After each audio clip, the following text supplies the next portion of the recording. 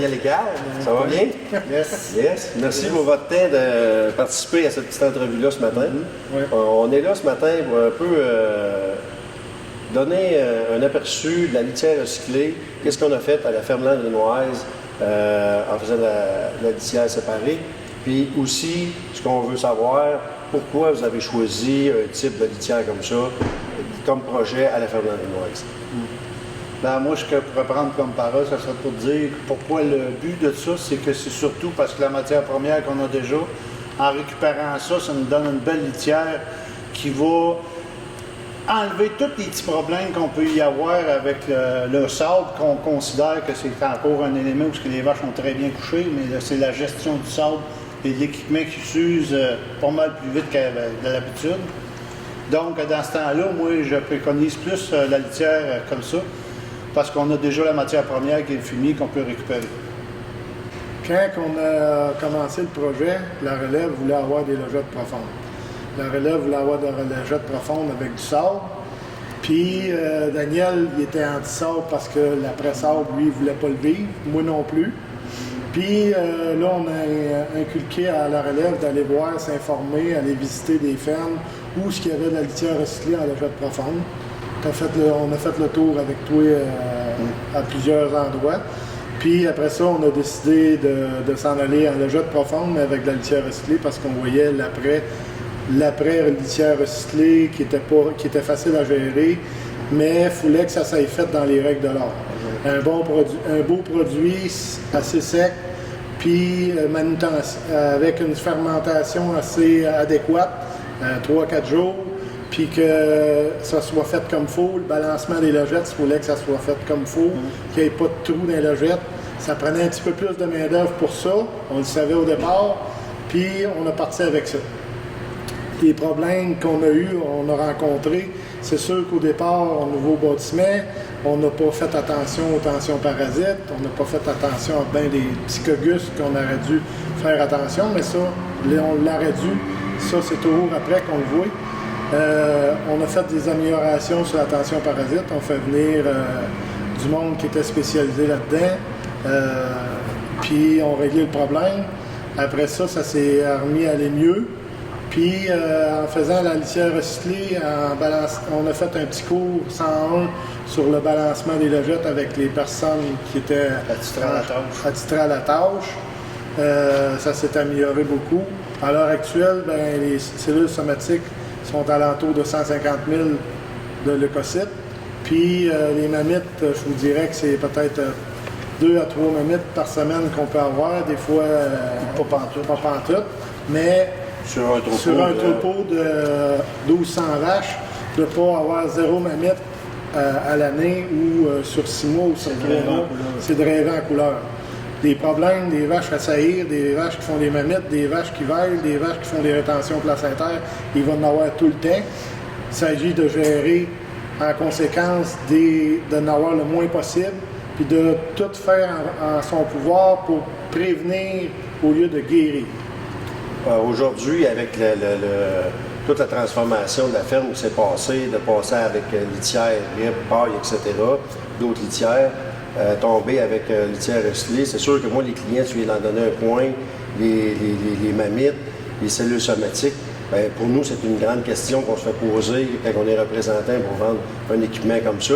Aujourd'hui, ce qu'on peut dire, on a plus ou moins de mammites ou de cellules somatiques élevées versus une litière ou l'autre. À l'heure actuelle, nous autres, dans le temps, quand on était avec, on n'avait pas le bâtiment qu'on a là présentement, le nouveau bâtiment, on avait l'étable, la grosse étable qu'on a avec 12 robots. On était sur RIP avec chaud, puis des mammites aiguës, puis des mammites à cleps, et des mammites toutes sortes de mammites, on en avait. Des vaches à terre, on en avait, même avec la RIP, même avec n'importe quoi, on en avait. À l'heure actuelle, je te dirais que je touche du bois. Dans la même étable, on est en tapis encore, avec litière recyclée par-dessus, avec un peu de chaud. Même on veut enlever la chaux, on diminue la chaux, on est rendu à 2 fois par semaine, puis il y a un groupe qu'on n'en met pas pantoute. Et à l'heure actuelle, les problèmes, il n'y en a pas plus, il y en a moins, parce qu'à l'heure actuelle, des mammites, dans cette étable-là, il n'y en a pratiquement pas. Il y en a un peu, puis les cellules somatiques sont à 137 000 dans cette étape-là. Fait que quand on me dit que la litière recyclée peut emmener de la mamite, puis ci puis ça, ben une RIP 30 peut emmener de la mamite, un mauvais sable peut emmener de la mamite. Fait que c'est tout dans la gestion et la qualité du produit que tu fais. Si tu fais une belle litière recyclée qui est sec, qui est bien gérée, tu as autant de succès que si tu aurais du sable ou que si tu aurais de la RIP avec la chaux. C'est bien. Autre question, ce que j'aimerais amener, c'est de dire versus une logette à matelas ou surélevée ou une logette profonde, qu'on ne veut pas appeler ça profonde parce qu'on veut que ça soit toujours plein de litière. Vous, chez vous, comment vous vivez ça? Ben là, présentement, on est rendu dans un consensus, comme Carl vous a dit, dans l'étape précédente. Là, c'est sur un tapis avec litière accumulée. Je vous dirais qu'en système de traite robotisé, c'est peut-être plus un avantage pour nous autres. Côté manutention et main-d'œuvre pour faire le confort animal. Mais je vous dis qu'en logette profonde, j'ai remarqué que les vaches sont très, très propres. Puis même, j'ai une de mes employés, en fin de semaine, elle m'a dit « c'est comme du sable, Dan, les vaches sont bien là-dedans. » Il dit « mais sauf, c'est l'énergie qu'il faut prendre pour gestion de logette profonde en système de traite robotisé. » Si on parle de parloir de traite, de salle de traite, je verrais un avantage parce que là, vous avez la chance de déplacer les animaux puis de placer aussi la litière pendant que les vaches sont à la traite. C'est l'avantage que vous allez avoir en station libre avec une salle de traite. C'est bien. Une autre petite question. Oui, c'est sûr. C'est qu'en robotique, le principe de la robotique, c'est que la vache se traite. Il y a toujours une vache qui se traite à toutes les 7 minutes, à tous les heures, 24 heures sur 24. Fait que de déranger les vaches qui sont couchées quand que tu veux béder, en robotique, c'est plus compliqué que dans une salle de traite, que les vaches sont en salle de traite. Oui, ça a un plus d'avoir une salle de traite pour ça, mais l'inconvénient, c'est que ça prend du personnel pour traire les vaches.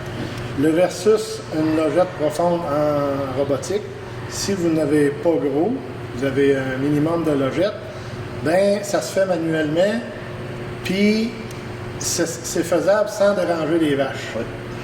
Le problème avec un grand nombre de logettes, c'est que là, ça demande plus de main-d'œuvre. C'est pour ça que le choix de la ferme, de dire on met dessus des tapis, aujourd'hui, on enlève-tu les logettes profondes, on garde-tu une partie des logettes profondes? Oui, on veut garder une partie des logettes profondes pour nos fraises vêlées. Les vaches sont en préparation vêlage pour un meilleur confort, une meilleure emprise quand ils se lèvent, vu qu'ils sont sur le bord du vêlage, les os, des fois, ça se décolle, et avoir une meilleure adhérence quand ils se lèvent dans la logette, un meilleur confort. Mais un tapis avec de la litière recyclée en abondance, j'y crois, ça va être autant de confort. Je vous dirais que l'autre affaire aussi qui est importante quand on tombe en robotique, c'est de la façon de mettre la litière. Je pense qu'on est rendu à avoir des litières qui se mettent avec un système automatique, soit des convoyeurs ou des robots, comme on a à la ferme ici, pour minimiser le déplacement des vaches, puis que ça se fasse automatique. Que ça n'apparaisse pas sur le volume de lait produit au quotidien. Qu'on ait des foins à faire, des semences à faire. Ça prend une demi-heure charger la boîte en silage, ça, puis la mettre là, puis la plier. Ben, c'est une opportunité qui se paye à long terme, qui est rentable. Mais si vous en allez en matière recyclée, puis que vous voulez mettre ça avec un Bobcat, il n'y a pas de problème aussi. Mais il faut vous y penser qu'il faut que ça soit mis régulièrement. Il ne faut pas que ça soit mis quand que ça vous adonne. Il faut que ça soit mis quand la vache en a besoin, quand que la logette en a besoin. C'est un quotidien comme la traite et l'alimentation. C'est ça, c'est la même chose. La question qui tue pour terminer, pourquoi avoir choisi Vigre-Équerre? C'est très simple à répondre. Parce que l'expertise de cette compagnie-là a beaucoup à cœur aussi sur le résultat du succès de nos entreprises. Et je trouve que c'est un bon allié, un bon équipier pour nous aider à survenir avec ces litières-là. Parce que si vous avez un représentant qui a beau avoir la plus belle machine du monde, mais qui n'a pas de service et qui n'a pas d'expertise à travers tout ça, vous oubliez le projet, mes chers amis. Un gros merci à vous autres. Je dirais, je compléterais par-dessus Daniel, c'est que tu peux prendre n'importe quel équipement, mais si tu n'as pas c'est pas juste d'être vendeur d'un équipement, il faut que le service suive, Savoir écouter puis aussi. savoir écouter le producteur, puis savoir lui aider quand il arrive un problème, puis de lui faire regarder, pas juste, c'est-tu juste la litière qui est ton problème ou si tu as d'autres choses. Puis pas avoir peur de le dire, même si à quelque part on peut avoir une réponse de dire t'es qui toi de me dire que le restant de mon étable marche pas. Mais des fois, il faut se sonner les cloches, puis il faut se dire hey, peut-être que qu'est-ce qu'il dit en face de moi, là, peut-être qu'il faudrait que je l'écouterais, parce que peut-être que c'est pas la litière qui est mon problème, peut-être c'est la traite qui est mon problème, peut-être c'est le bain de trion. Exemple, on avait un robot, un moment donné, on a fait un test de bain de trion. Le bain de trion, il n'allait pas sur la vache, il allait en dessous du bras, parce que la buse n'était pas placée à la bonne place, parce qu'elle était lousse. C'est des choses à regarder. Mais quand on prend le temps de regarder ces choses-là, ou qu'on se fait dire ça par quelqu'un, de dire « T'as-tu checké ça avant de dire que c'est ça? » Bien, des fois, on trouve des problèmes qu'on aurait dû voir avec. Parce que notre quotidien d'un gestionnaire d'entreprise, comme Carl vient de vous dire, c'est pas d'être le premier sur la fourche à fumier pour placer la litière, mais c'est surtout d'observer, quel que soit le secteur d'activité, le technicien, le personnel qui fait la traite, même jusqu'à la gestion des champs. Il faut avoir aussi l'attitude de la gestion d'un gestionnaire aujourd'hui, c'est de savoir observer puis d'analyser pour être capable de voir là, où il peut y avoir un problème qui va s'en venir.